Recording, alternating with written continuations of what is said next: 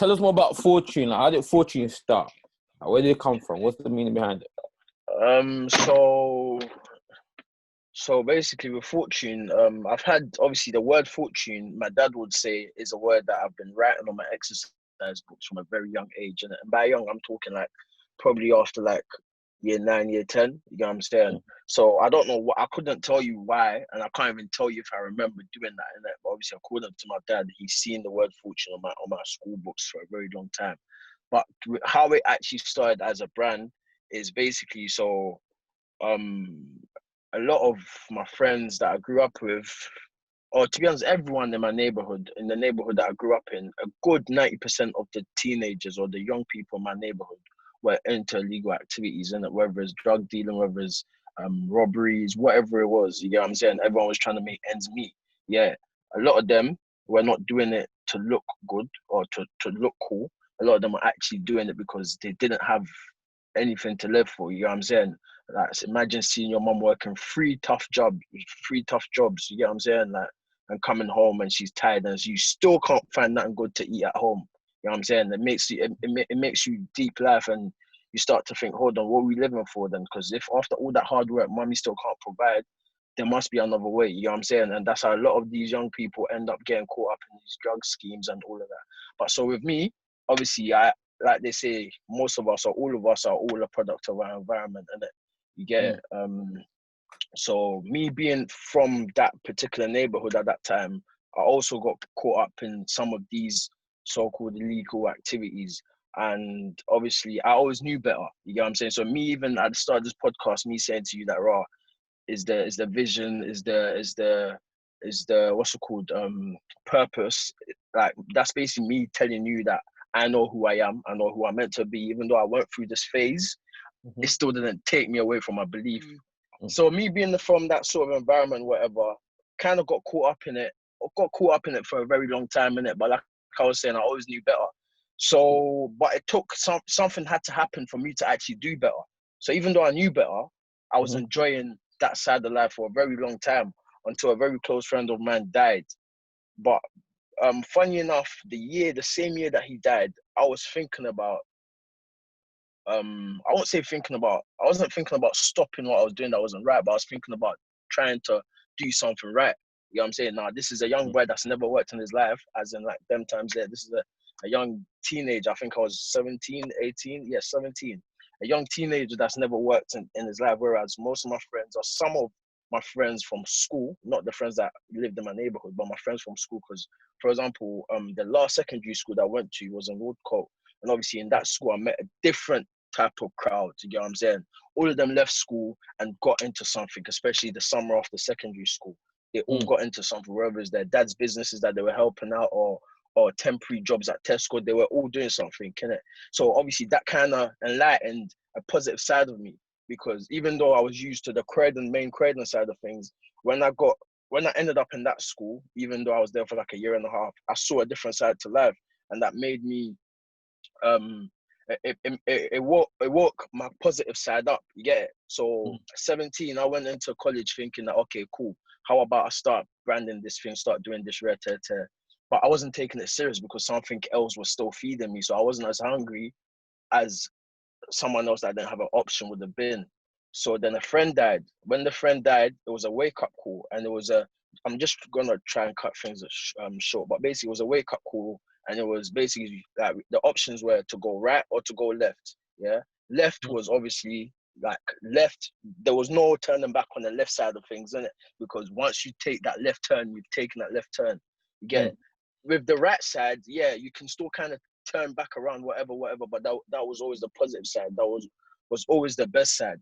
Fortunately for me as well, for a lot of my friends, when that friend of mine died, his older brother, who back in the days was seen as a credit older, fortunately he was caught up in ministry work at that time, even though he was probably not deep in, but he knew about this whole religious, not even religious, relationship side, because I think relationships is more important than even religion.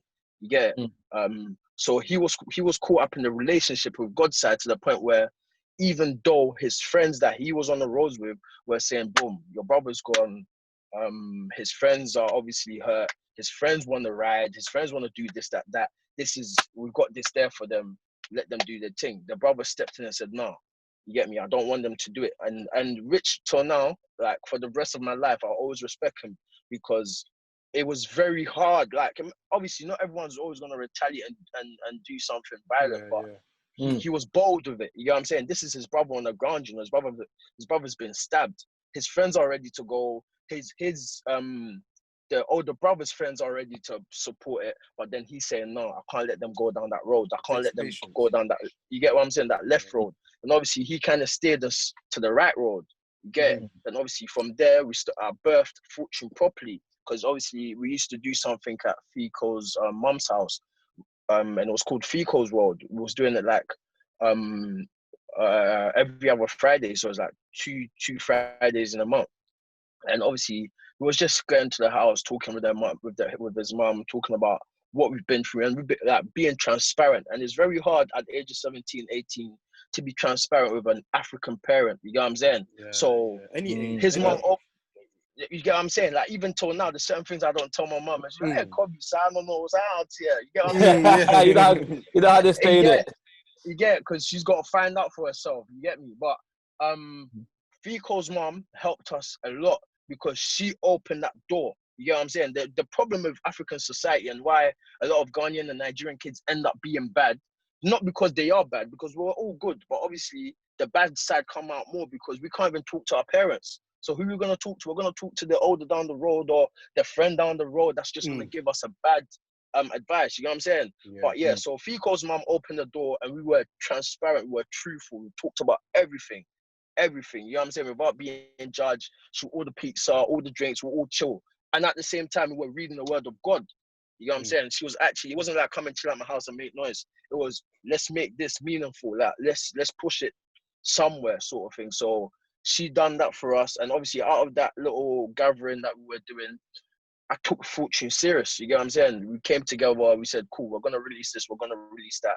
But then the main message behind it was selling hope to the hopeless, because we were coming from a place of no hope. You know what I'm saying? Like, all we knew, I grew up with my next door neighbor being one of the biggest drug dealers in the ends. You know what I'm saying? And I was seeing how much money he was making, to the point where I used to jump my fence, my garden fence, to his fence to go get me do certain things. So even one time my dad caught me jumping back over, and certain things dropped on the floor. You know what I'm saying? So taking that turn into doing positive was a very tough one, but we always knew it was right. So the message behind Fortune was give hope. You get what I'm saying? Like, be the preacher that's in you. Be the preacher that's in you, or be that son of God that's in you. You get what I'm saying? Because at the end of the day, spread love, spread positivity. And I felt like clothing was the easiest way for me to spread the message, because it's like, cool, someone sees me wearing this now, they're gonna say, "Raw, Fortune, what does that mean to you?" And I can go into how it started, how it's changed my life, changed my friend's life.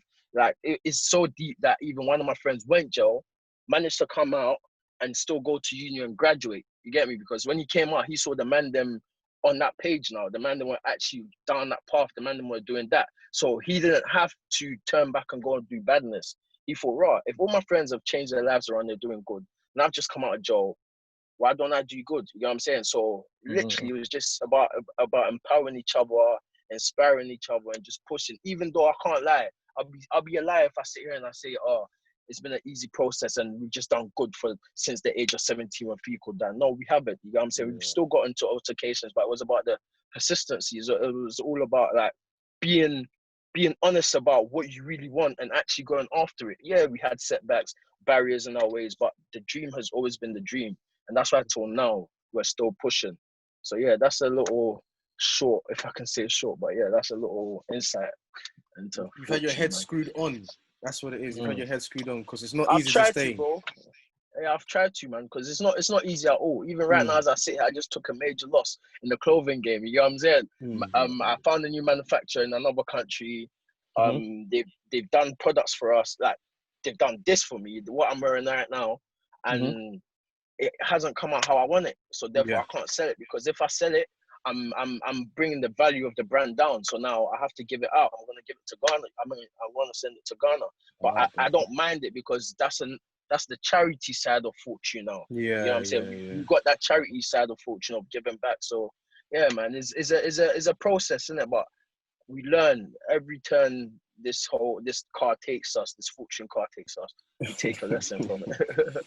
Yeah, Turning your losses into wins. That's what it is. Always, bro, always, and never giving up, man. Never giving up, because it's deeper than us. You know what I'm saying? If I have a saying, yeah, if I fail hundreds of people. You get me? To the point where sometimes I might make the smallest of mistake and I'll beat myself up for it because it could affect someone. You know what I'm saying?